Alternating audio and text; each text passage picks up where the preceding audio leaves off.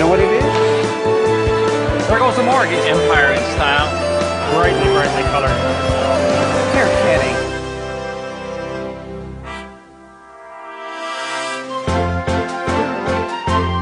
Welcome to the Canadian Antiques Roadshow from Kingston, Ontario. Fort Henry is a living reminder of Kingston's long military history. During the War of 1812, Kingston was under constant threat of attack from the Americans. That threat persisted during the early part of the 19th century because of Kingston's strategic location. We are now on the campus of Queen's University at Grant Hall. People are heading in now, and let's see what fabulous things the people of Kingston have brought to the Canadian Antiques Roadshow. My wife and I were over, probably about 20 years ago in Clayton, New York.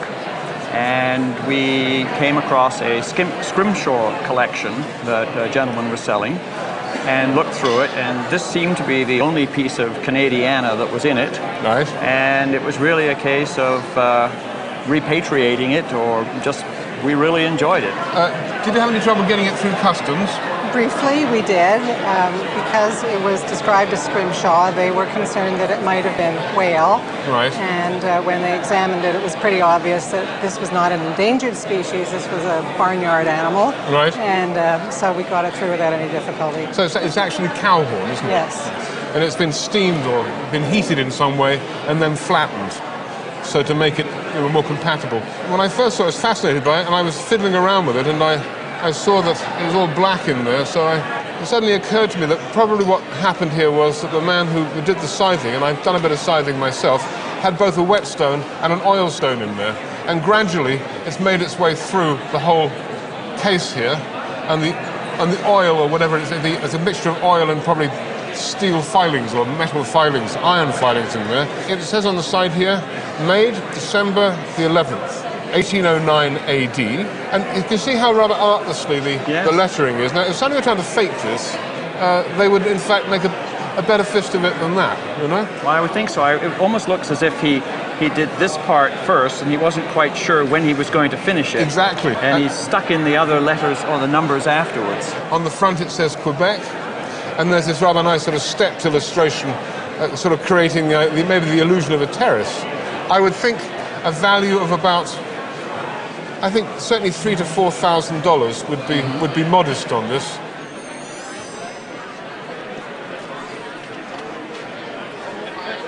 Well, we were lucky enough to purchase it out of an antique store in Port Hope, but the fellow there told us that it was from the Cornwall area. Oh, yes. Or maybe north of the Cornwall, Ottawa Valley. I think it's a good guess that it probably is from Eastern Ontario, perhaps the Cornwall area. And certainly it's, whether he told you or not, it's certainly an empire in style and form, with the columns and the kind of foot that it has down here. Right. Which is sort of typical. But what's really fascinating about this chest is all the detail in it. It's quite amazing. Quite a lot of hidden items. Yeah. And it's all made out of basically cherry, with a bit of, look like a maple in between the drawers, and a little bit of butternut on the top of this work surface here. It's just an unbelievable chest for detail. And the cornice on it, for example, with this wonderful stylized fan, which is lightly incised out to a 4-pedal pinwheel over top of this work surface here, which actually opens and shows hidden drawers. Yeah, quite. Which are cherry, and the middle one happens to be butternut. And as we go down, we see this repetitive pattern here of leaves. It's repeated again on this, actually a drawer front, which I really find interesting because the whole top of the capital comes out. Yes. What's really, really, really unusual is to have a hidden drawer in the bottom, which most people don't see in the base. No. And here we have it here. That's where we keep all our money. Is that right? Yeah. You see it's empty. Yeah. And I see the secondary wood is basswood. Have you ever thought of a contemporary evaluation of it? We've never really thought about this piece in terms of value. Well, it's so interesting, and the surface is so good on it, it has so much detail, that I think that would bring easily in excess of $10,000 today. Really? 10,000? 10,000. There goes the mortgage. These are a wonderful set of Dion dolls. Can you tell me how you got them? My daughter and I bought them about 19 years ago when she was a Queen's student, and we've had them ever since. We bought them from a doll collector, actually, here in Kingston. The dolls were made by Madame Alexander, which was a doll company in the United States to represent the dolls. They were put out in 1935. They're complete, unplayed with. They have, each of them has the little name tag over them. It comes with the original booklet still attached. I've never seen a set in such wonderful, wonderful shape. You must just put them in a shelf and they're always in a cupboard. Do you have any idea of what these dolls are worth? Well, in the 1990 unit book, they're worth almost 4,000. Yes. And that's from 1990. Well, they've gone up a little bit from there. I would think that if you put these through a good auction that's well publicized, these should bring in the $5,000 to $6,000 range. It's very nice.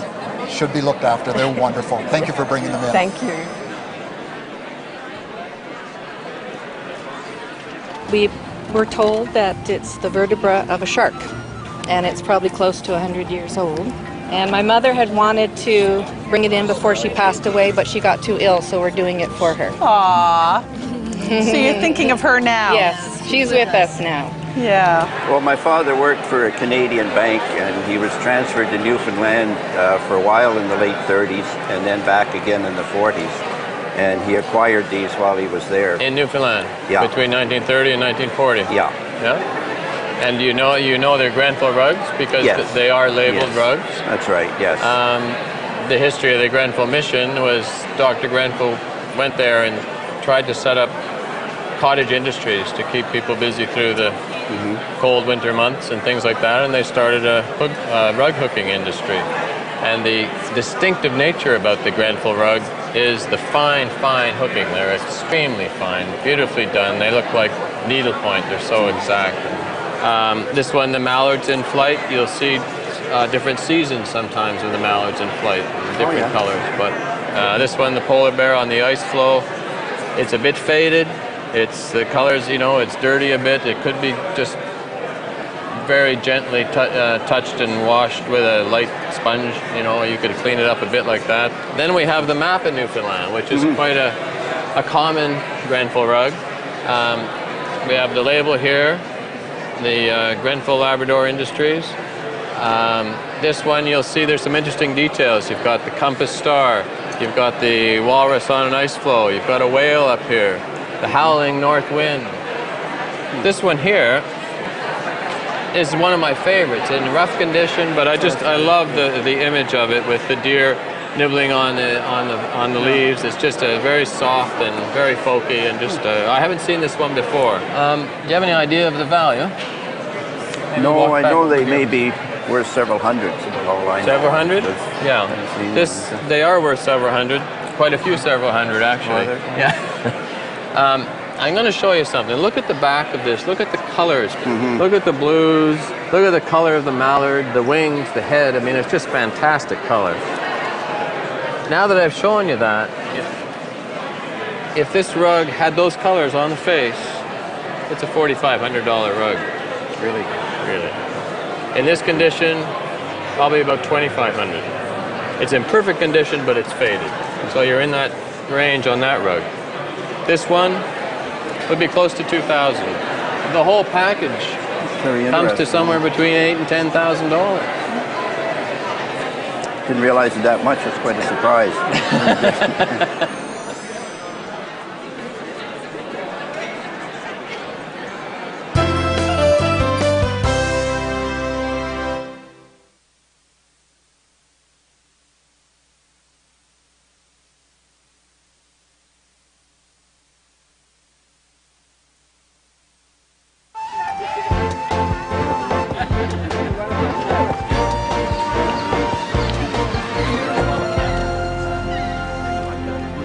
Can you tell us how this relates to this?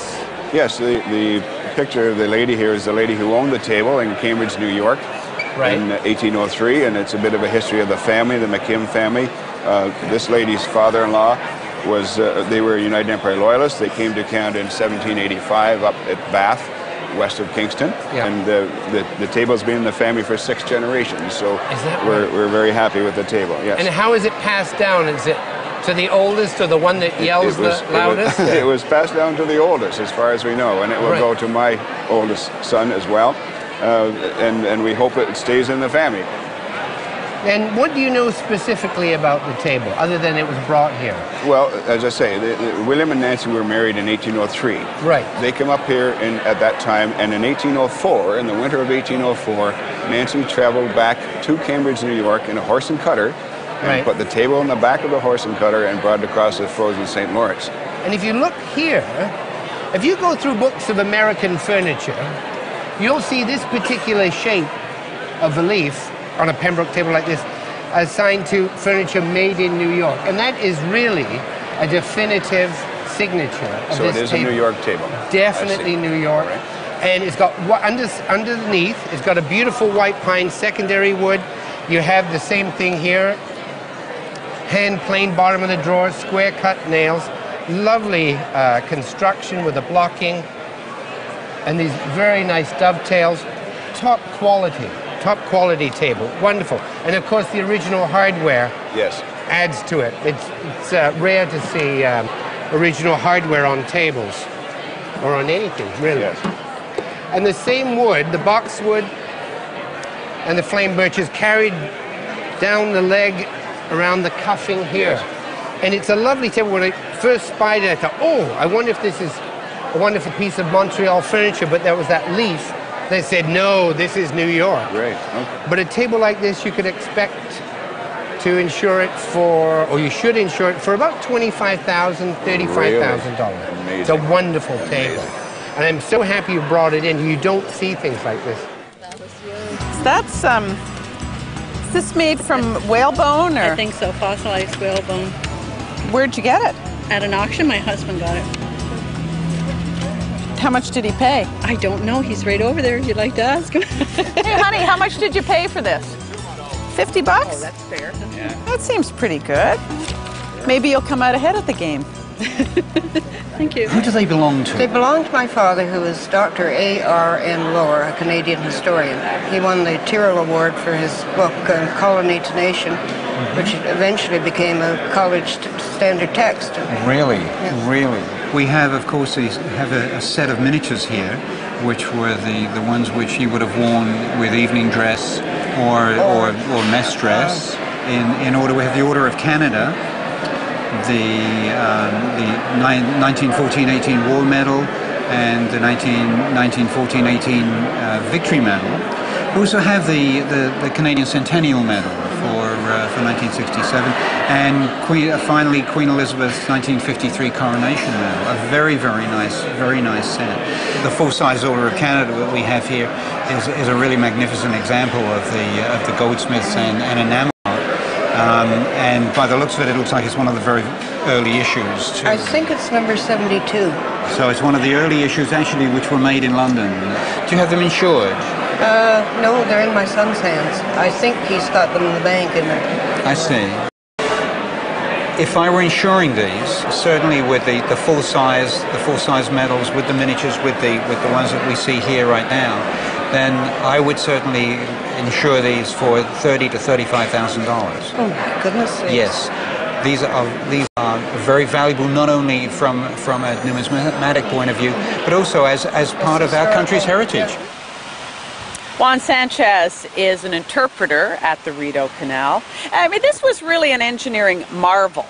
It was a marvel. It was constructed through wilderness. It took 6 years to complete from Ottawa to Kingston.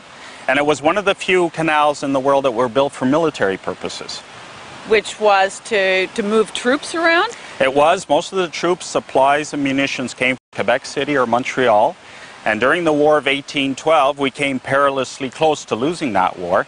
And an alternate supply route had to be made. So it was decided from Ottawa down here until Kingston, a 202 canal route would be carved. But how did they, I mean, this is real Canadian Shield stuff, so it is not exactly easy to carve a little trench. It wasn't, and of the 2,500 workers who built the canal, they estimated that about 500 died building the canal, And it was mostly from this southern part of the canal. When they hit the Canadian Shield, they blasted with black powder at the time, and they just couldn't get through the granite. So they developed a slack water system where instead of digging down, they flooded upwards. So we have roughly 50 dams along the system that are controlled at all times to reroute the riverway and to flood the riverway. Well, as you look around and you think, this was almost 200 years ago. In Canadian terms, that's, pretty ancient history. But the interesting thing is that it's, still used. It's still used. It's the oldest continuously operated canal in North America. All the mechanisms we see here behind us are all manual and date from the original period of the late 20s and early 30s. Yeah, it's a wonderful piece of history. It is. Well, when I first saw it, I thought that it was West Coast Indian, obviously. I mean, just by the motif and the colors, and it looked very real to me. I mean, it's signed on the bottom. Right. It says Clee-Wick, and which seemed kind of odd with a little question mark. Yeah. And I brought it home and I sort of did a little investigating and found out that it was Clee-Wick was actually Emily Carr's name for doing this sort of thing. You must have been really excited to discover that. Very excited, absolutely. Did you buy anywhere special? Well, no. My wife bought it at a garage sale, actually. So I think it's an absolutely wonderful thing, and I mean the main thing about it is the number one thing is it's very nicely painted, and although it's only perhaps maybe 4 or 5 inches high, and I suppose it's really a vase rather than a bowl. It is actually particularly large for such a thing. She took the name Clee-Wick from, she was given this by the Haida. I don't quite know what it means, but that's... I think that how much... tell me, tell me. Laughing woman or laughing girl? Laughing woman, laughing girl. Isn't that nice, eh? And from what I understand was that the actual, the clay came from her backyard. She actually dug it out of her backyard. Right. According to the things that I've read. I believe it, because you have a lot of that red clay down that part of the world, don't you? Yeah, right. It's just fantastic. So, I mean, she would decorate this, broadly speaking, with a Haida motif, but probably when you first saw it, you thought it was Haida, but the more you look at it, it's a kind of rather odd interpretation. I think she was quite idiosyncratic in the way she did this. It was, vaguely Haida. That's right. It's rather difficult to say what it's worth these days, because such a large piece, although it doesn't seem very large, perhaps in the context of other parts, but for any car this is large, such a large piece hasn't been offered recently. I think, realistically, you could look for between, say, $7,000 and $9,000 at auction. Really? Yes.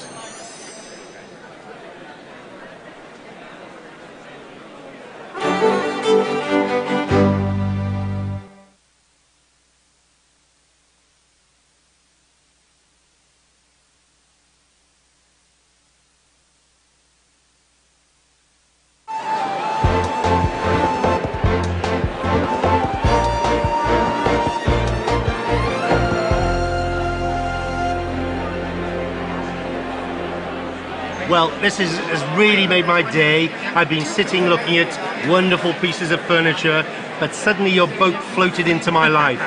And being a big boy who likes his toys, I thought we must talk about this. And it's not just a toy boat. I looked a little bit closely and I can see that it has the signs of the planks underneath. This has been built by someone who knows their business. What's the story?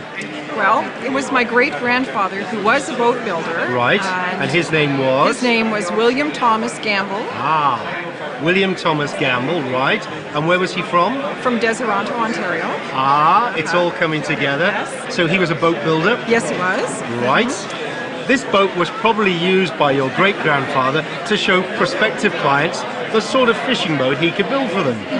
And you know, it's a great piece of folk art. The condition is wonderful, it has local history, it has your family history. Yes. Consequently, its value is interesting. Instead of being a value for a toy, an old toy, of maybe a few $100s, I think this would command a figure of somewhere between $2,000 and $3,000 at auction today. Oh my goodness!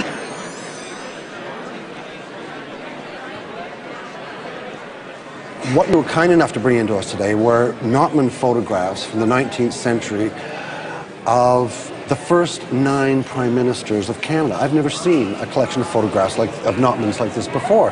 How on earth did you ever come by these? We got them in an auction in Toronto.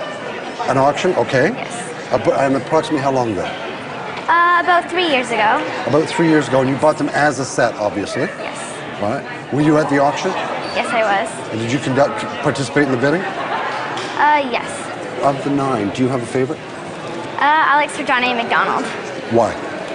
Because we mostly learn him about school more, and also he was basically one of the first prime ministers in Canada. He was the first, yes. Yeah? That's right. You must have been very pleased when you got them.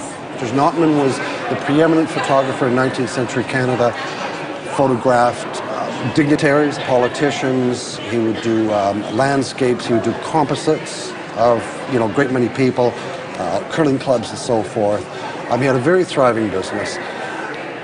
As I say, I've seen large formatted Notmans, but never a collection quite like this. Individually, I would think the photograph of Sir John A. Macdonald alone would probably be worth in the neighborhood of, I don't know, $2,000 to $3,000 individually. The one of Mackenzie King, probably, you know, a bit less, maybe $1,500 to $2,000. But collectively, as a group, I would tend to think you've got to be looking in excess of about $20,000 for this. And it could be more from a donation standpoint. It's a stunning, stunning collection. Thank you very much for bringing them in. Thank you very much. Pleasure, pleasure. It's all mine. This was in my mother-in-law's garbage. She was moving and I saved it from it. So it's old. Yeah, and it says sterling on the bottom, so... And it was in the garbage? Yeah, she was moving and just wanted to get rid of everything, so my husband and I grabbed it and a few other things which I have in here, so... Oh, good. Well, good luck. Thank you. Well, the bigger bowl is an heirloom from my wife's family. Probably her great-grandparents in the Leeds County area here. The other one, the small one, I got at a, flea market's what I'm trying to think of. You know, it's very nice to have one, especially from the family, and of course, these are both burl, which was seemingly the preferred wood to make bowls out of in probably the mid-19th century, which this one probably is, and it may be hand-turned, and it's got a little bit of design on the perimeter there. It's in very, very nice condition. And in today's market, the bowl with this one still has some of its original surface, which is really desirable, and hasn't been like overly cleaned or anything like that. It's very nice, and I would say that that would be worth $1,500 to $2,000. And this bowl, which is slightly different and perhaps more hand carved, $1,200 to $1,500 easily. Any sale. Fair return on a $20 investment. Yeah. It's a very nice bowl, and it's very nice to see them untouched like this. Well, this belonged to my mother-in-law, who was cleaning out a bunch of stuff from her home and had it in the garage with a pile of junk that she was getting rid of. And my husband and I happened to drop by and said, "Mumsy, you shouldn't be getting rid of all this stuff." And she said, "Well, you know what? You can take whatever you want. I don't want it." So we took a whole bunch of stuff, and this was one of the pieces that was in the pile. In a pile of junk. I wonder why this always happens to somebody else and never to me. I never find things like that in piles of junk and yard sales. I don't usually either. You already have. I guess I have. Yes. It's gorgeous. Do you know what it is? All I know is that it belonged to my husband's great aunt, I believe, who was a member of the one of the armed forces. And these are her initials. Where is it? Right here, MEN. Yes. And then it says ANC. I'm not sure what that means. I believe she was given it on August 15th, 1918. Well, you can see that it's a vase which is designed with a vegetal growth that swirls around it and opens up at the top like a flower. It's got roots down here. Now, usually, these are quite lightweight because, well, it's a big thing, and it's second nature, I suppose, to a silversmith to try and save as much silver as possible. But this maker, an American maker, Star of New York, was obviously not thinking about the economies of saving silver when he made this, because it weighs 40 ounces, which is a lot of silver. and its value, I rather suppose, is not less than $2,000, and I think if it were in a really competitive Art Nouveau auction in New York, it would be considerably more. Is that right? Wow.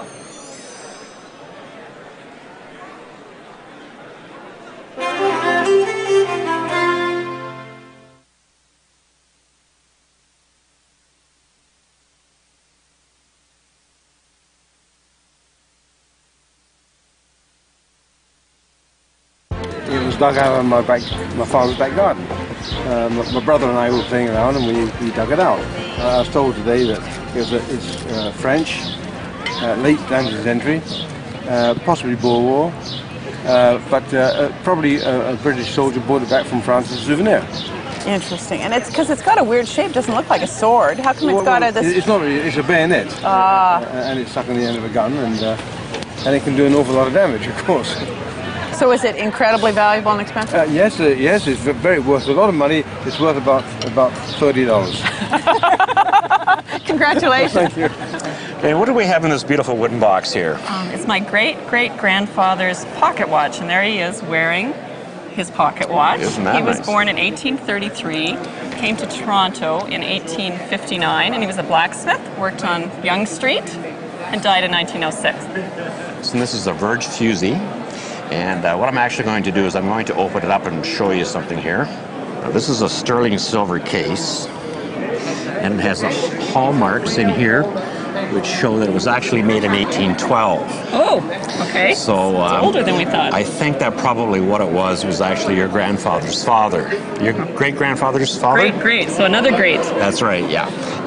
And this is a Verge Fusee. It has a chain drive. Okay. And it's in beautiful, beautiful condition.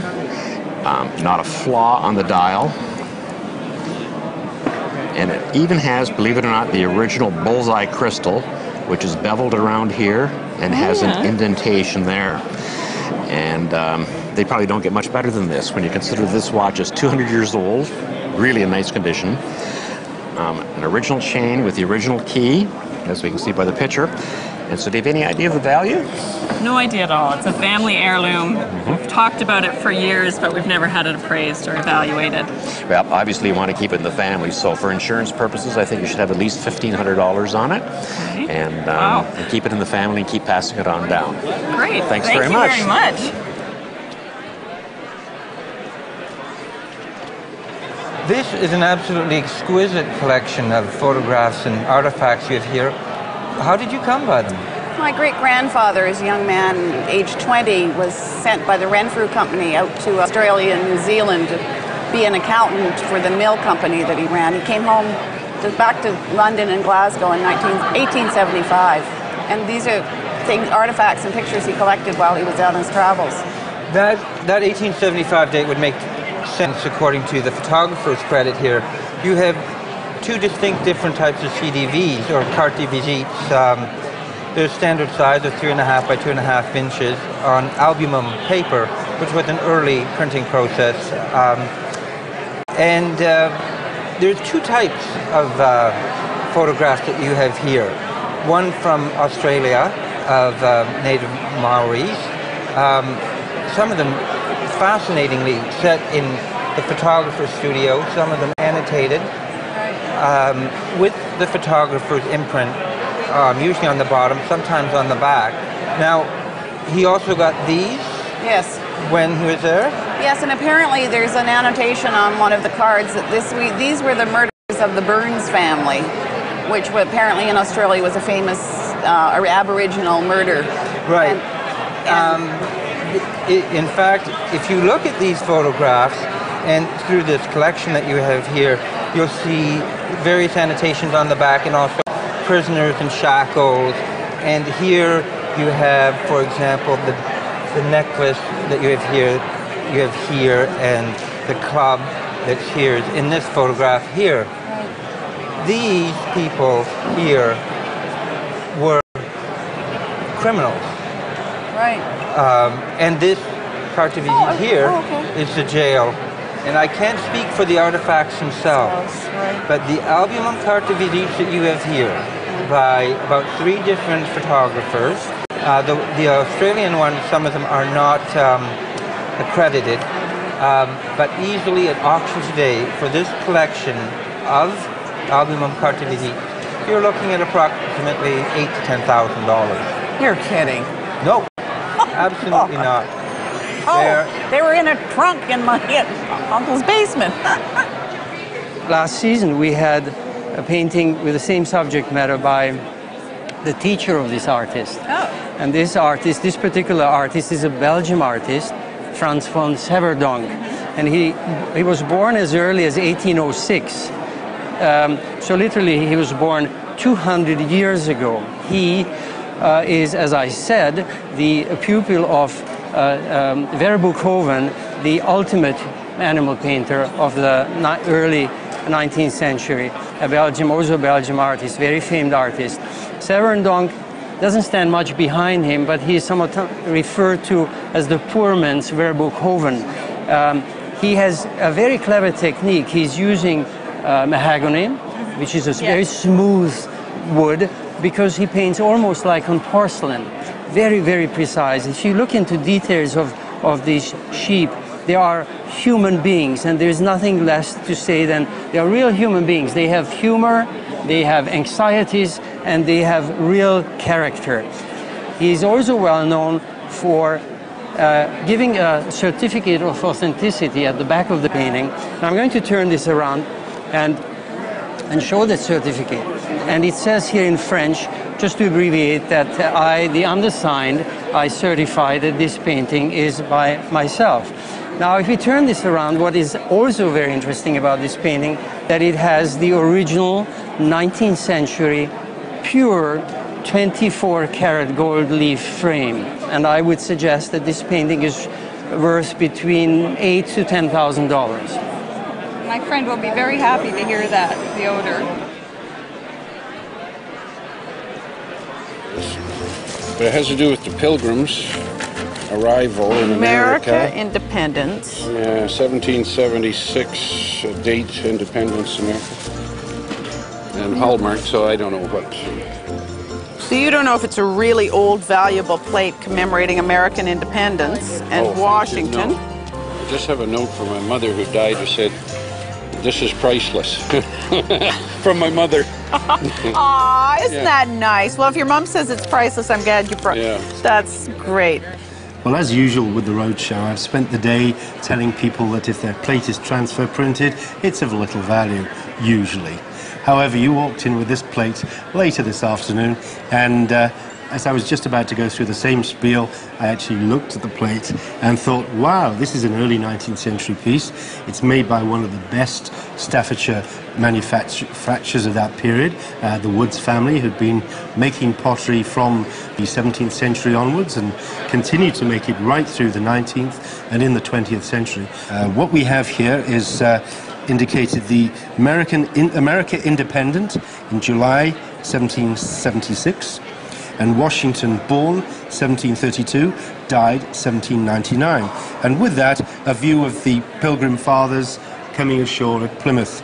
Do you know anything more about the piece? Nothing. It came through my mother, who died 2 years ago, and her mother had it, I believe, in the late 1800s. Well, I was really excited to see this. I love early blue and white transfer printed pottery of this type, but this is probably the most exciting one I've seen for a long time.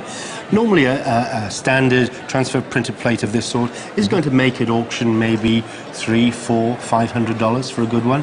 A real rarity like this, and it's rare and it's interesting to the American market. An American collector of Staffordshire blue and white transfer printed wares is going to really pay a premium for this piece. And I wouldn't be at all surprised to see a price of somewhere in the region of $2,000, maybe $3,000 at auction for a piece such as this. It really is quite remarkable.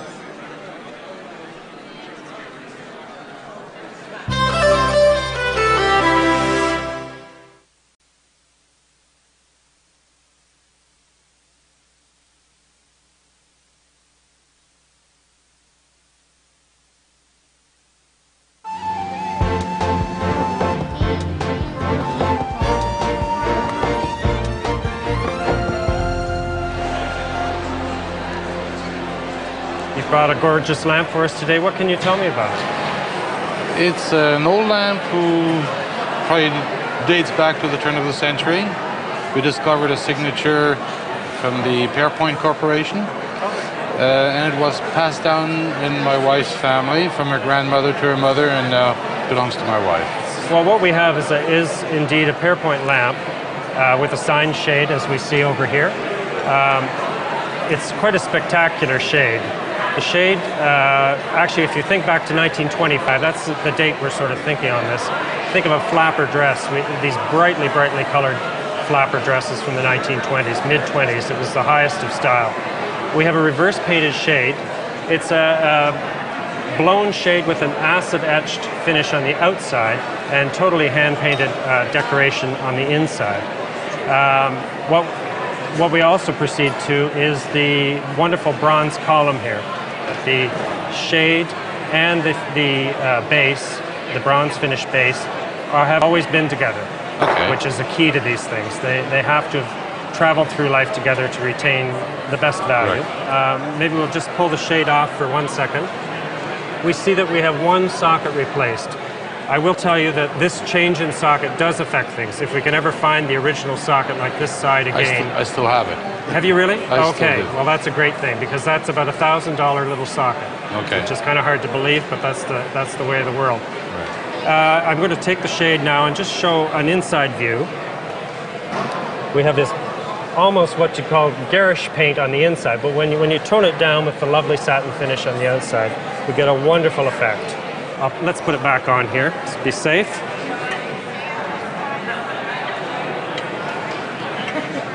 On. All right. So, you've probably thought about values over the years, have you, or? We have a very vague idea. Yes. What the real value of this lamp is, we couldn't tell. Basically, what we're looking at in this marketplace right now, the American market is very strong for these lamps. They were made in America. We're looking at probably between 18 and 20,000, possibly up to 22,000 with the original socket. So, wow. Very strong market at this point. That sure is good news. Congratulations. What you brought with us today is very nice indeed. A nice walking cane. The first one that's seen for a while. That's got, my gosh, a whiskey flask in it. Yes, indeed. And we have the measure right there. I would have thought it was a shot glass myself. Well, it could be. Now that's what I call a drink. They were very common during the late Victorian, the late 19th, early 20th century. Gentlemen that liked to tipple when they were drinking, they were taking their dogs for walks, would carry with them a cane very similar to this.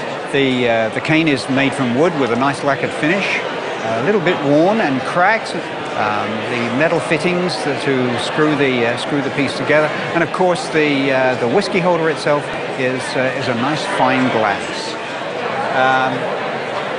What's unusual about this one is that it survives, as you can imagine, with it's very delicate glass there. Yes.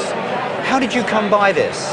It's been sort of brought down through our family and that, and my mother sort of gave me the idea that it belonged actually to my 3 great-grandfathers, and he was stationed out of Halifax, Nova Scotia. Well, have you ever given any thought to what the cane might be worth?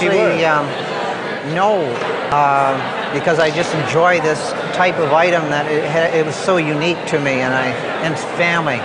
On the retail market today, you could look at spending between $500 and $650 for a cane like this. They're quite. Thank you very much indeed for bringing this in today. No, you've got, it's the dark area. You've got it over here in the trees. Yep. Here? All right. Let's see. You've got it down. Oh yes, you're right. You've got it down in here. Another conundrum solved. Yeah. Yet another. God, we're good. Take it away. What you brought us in here today is a wonderful cartoon by the Dean of Canadian Cartooning, Duncan Person. What can you tell us about it? Well, this is a picture that he did for my mother and my father. And my mother's there, my father's here. He was with the Montreal Star, and Charles Lynch and Marchiaro were with the Ottawa Citizen and Southam's, and they were always playing jokes and practical tricks on everybody, and this was one of them where there was some leaky pipes and stuff, and somehow they managed to get the phone call to go to them rather than the plumber, and they were kibitzing, and he made this the cartoon for them and gave it to them as a present. Isn't that wonderful? So I take it that's your mother standing up on the pipes. Yes, yes. And who are the gentlemen? Well, over here is my father, Jim Osler, and then Charles Lynch and Marchiaro from the Ottawa Citizen. It's a wonderful piece. McPherson is noted for the caricatures and cartoons that he did. He's pretty famous. And I know this is personal to you, but have you ever thought what something like this might be valued at today? No, we really haven't, actually. I brought a book down today, and my wife said, well, bring the picture. And I said, well, it's just, I mean, it's a mom and dad. And so we brought it down. And Well, it is in full color. It is personal, so it brings the value down a bit as opposed if it were a political figure. Right. But on today's market, we felt that this would probably bring somewhere in the order of $2,000 to $2,500. Wow. Huh. They'd be pleased.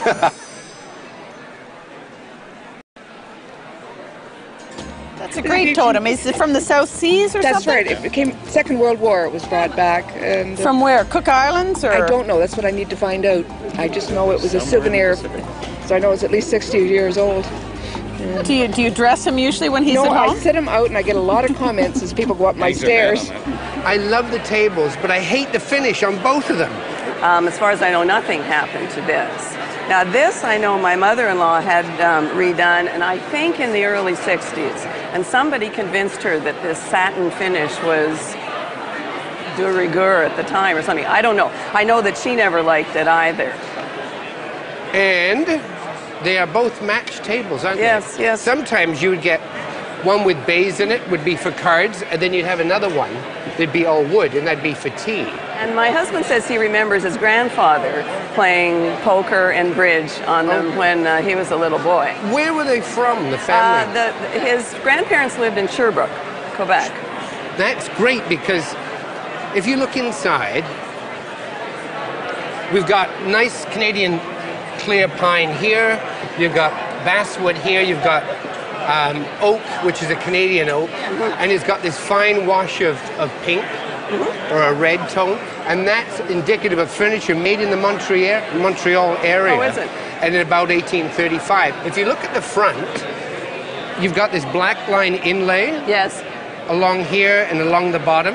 You see that on Montreal furniture, chests of drawers, tables. And it's a Scottish thing, but good Scottish cabinet makers came to this country, settled in New Brunswick, Nova Scotia, and Quebec.